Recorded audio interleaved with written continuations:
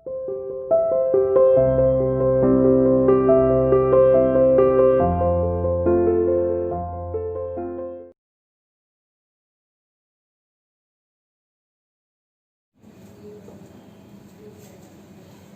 to CR International Online Classes. Hello students, how are you? Hope you are fine.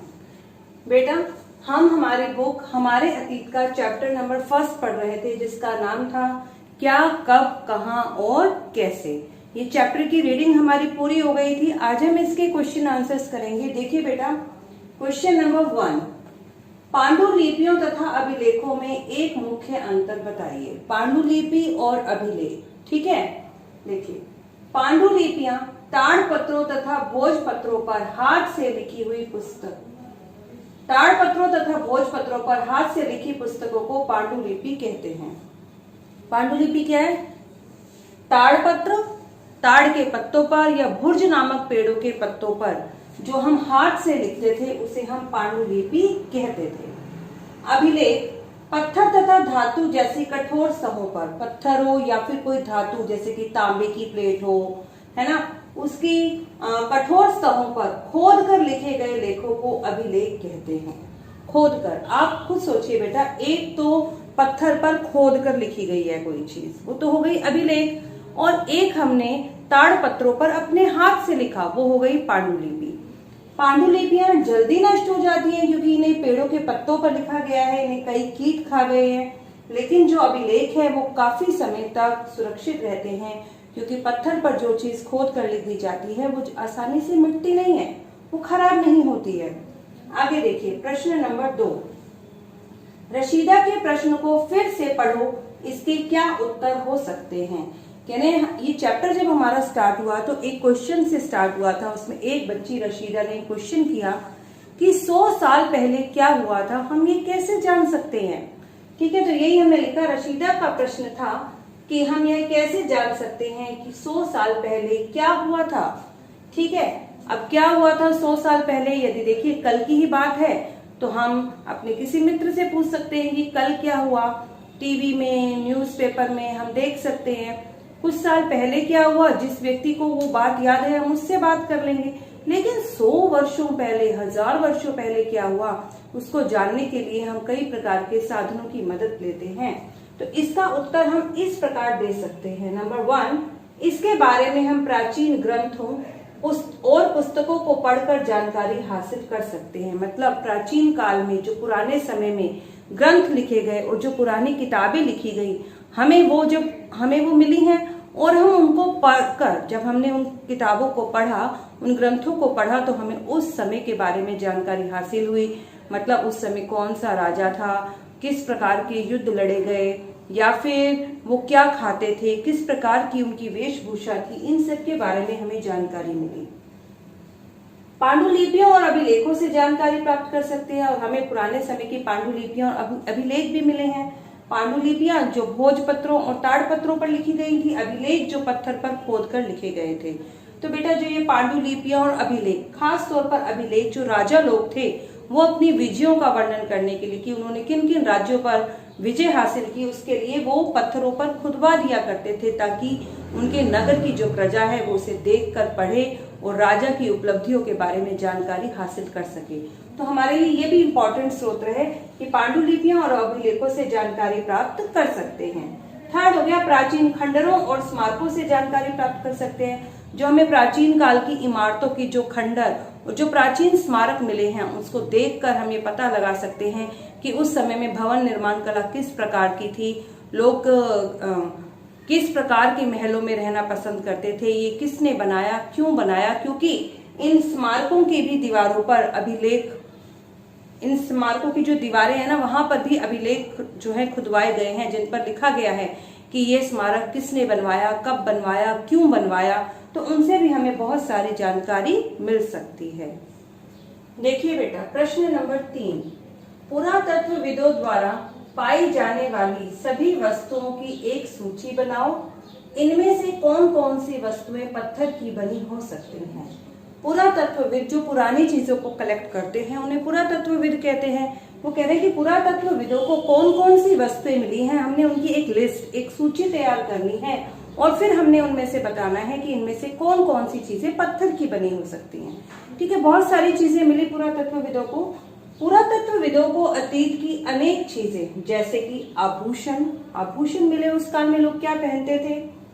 बर्तन, औजार, हथियार, खंडर, ईंटें, मूर्तियां, सिक्के तथा दैनिक उपयोग की अनेक छोटी मोटी चीजें प्राप्त हुई। मतलब जो पुरातत्वविद थे, जब उन्होंने खुदाई की और खुदाई में उन्हें बहुत सी चीजें मिली, पर पुराने जमाने में लोग किस प्रकार के आभूषण गहनों का प्रयोग करते थे, कौन कौन से बर्तनों का इस्तेमाल करते थे, कैसे उनके औजार थे, कैसे हथियार थे, उस समय में बिल्डिंग कैसी बनी हुई थी, वो उनके तो आज खंडर ही बची है, और कैसी ईंटें थी, क्या वो ईंटें पक्की थी या कच्ची थी।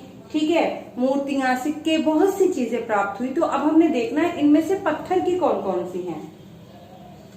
इन चीजों में से औजार, हथियार, बर्तन, मूर्तियां, खंडर आदि पत्थर के बने हुए थे। मतलब क्या क्या थे? औजार, हथियार, खंडर, मूर्तियां और बर्तन, ये सभी पत्थर के बने थे। आगे देखिए प्रश्न नंबर 4, कम से कम 2 बातों का उल्लेख करो जिनसे तुम्हारे अनुसार राजाओं और किसानों के जीवन में भिन्नता का पता चलता है। हमें ऐसी 2 बातें बतानी है जिसके द्वारा हमें यह पता चले कि राजा का जीवन किसानों से कैसे अलग था। ठीक है, देखिए पहला, राजा महलों में रहते थे। राजा के बड़े बड़े महल थे, आलीशान महलों में रहते थे तथा ऐशो आराम का जीवन व्यतीत करते थे। उनके पास जीवन जीने के लिए सभी प्रकार की सुख सुविधाएं विद्यमान थी। जबकि किसान खेतों में कठिन परिश्रम करके अपने परिवार का भरण पोषण करता था। यानी किसान जो था एक छोटी सी झोपड़ी में रहता और कड़ी मेहनत करता अपने खेतों में और फिर अपने परिवार का भरण पोषण करता था। और राजा, दूसरा क्या हुआ? राजा लड़ाई में सेना का नेतृत्व करते। जब भी राजा जो लोग थे किसी दूसरे क्षेत्र पर लड़ाई करने जाते तो वो अपनी सेना का नेतृत्व करते, अपनी सेना के वो लीडर होते थे। और जबकि जो किसान है वो क्या करेगा? वो खेती के साथ साथ पशुपालन का काम करेगा। तो हमने लिखा राजा लड़ाई में सेना का नेतृत्व करते थे, जबकि जो किसान है वो खेती के साथ साथ पशुपालन का काम भी करते थे। मतलब जो किसान थे खेती करने के साथ साथ वो उन्होंने पशुओं को पालना भी शुरू कर दिया था। देखिए बेटा प्रश्न नंबर 5, साधारण स्त्री तथा पुरुष अपने कार्यों का विवरण क्यों नहीं रखते थे? इसके बारे में तुम क्या सोचते हो? भाई ऐसा क्या था जिसके कारण साधारण स्त्री पुरुषों ने अपने जीवन के बारे में कुछ नहीं लिखा? ठीक है, क्या सोचते हैं हम इसके बारे में? देखिए, प्राचीन काल में जहां शासक वर्ग अपनी विजयों तथा महान कार्यों को एक यादगार के रूप में चट्टानों और स्तंभों पर लिखवा देते थे, वहीं साधारण स्त्री पुरुष ऐसा नहीं करते थे। इसके 2 कारण हो सकते हैं।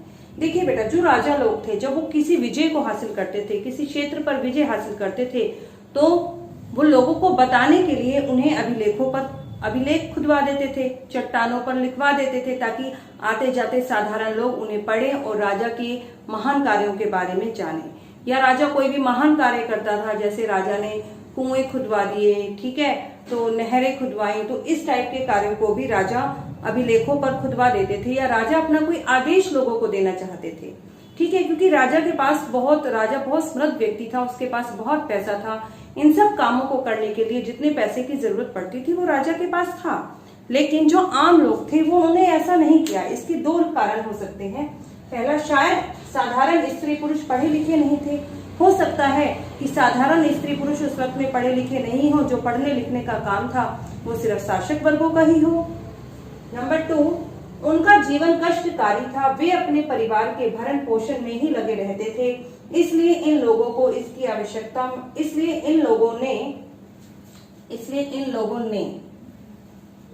इसकी आवश्यकता महसूस नहीं की।